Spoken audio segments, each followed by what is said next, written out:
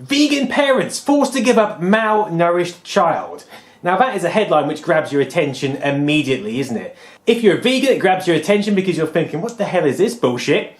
If you're not a vegan and you have a preconceived view of vegans which protects your own conditioned beliefs, then you click on it because you think, ah, yeah, you stupid vegans, what the hell are you playing at? And people who think they should probably turn to veganism will click on it because it gives them reassurance that maybe they shouldn't, there's this fearful story in the paper and, probably it's okay, they can stick with what they're currently doing. The thing is, labels are used in mass media to sell things all the time, to sell these stories.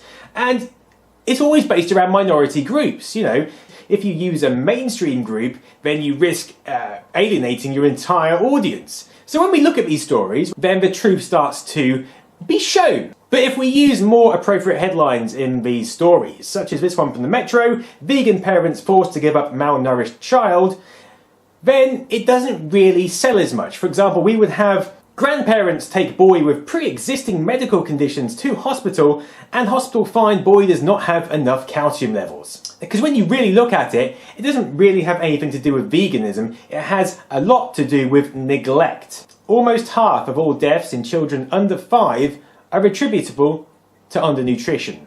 Now the number of those children who are vegan is very small, so it's much more common for standard diets, meat-eating diets, to suffer from malnutrition. But then of course, going back to what I said initially, if you put meat-eating parents forced to give up malnourished child, it alienates your core audience, so you can't sell that. So we've got a more recent one. Parents who feed children vegan diets face prosecution under proposed Italian law. Now this is harping back to this same single incident.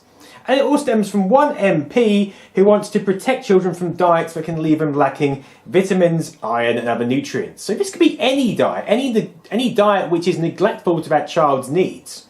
Now veganism is cited as potentially one of those diets because of course it harps back to this previous story, and of course vegan children can suffer from malnutrition. If they're not getting the right nutrients, they'll be malnourished, the same as any other diet that could be followed. But again, this MP in Italy and this paper especially are targeting this single label of veganism and using it as a scapegoat to sell papers. You can target it, you can bully this group, you can point fingers, and people who are vegan will share the story because they'll be outraged. People who eat meat will share the story because they can go, oh, we're okay, this is why we don't need to stop killing animals just for our own taste buds.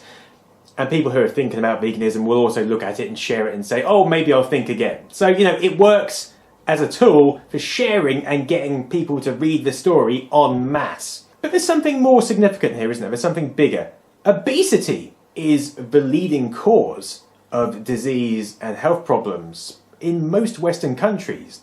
But you don't see anyone jumping on the bandwagon and saying, oh, we need a law to stop parents feeding their kids McDonald's and junk food and all this processed food, which is readily available everywhere. That's one of the real problems. That is a much bigger problem and is a cause of many more health problems and malnourishment as well, through lack of vitamins and minerals and all these other things. But because this is a standard part of our society, because junk food, because eating processed foods is so ingrained and conditioned into our society, it would be very hard to bring this up as a law, to bring it up as a point, to sell stories about it. It's very hard because people are alienated by it. Never target your core demographic. So that's why all these minority groups, vegans, are jumped on. And that's the problem when you label everything. If you label someone as a vegan or as someone who is detached from you, as someone from a different country or a different religious background, you can distance these people from you and they become easier to hate. And you point the finger at them.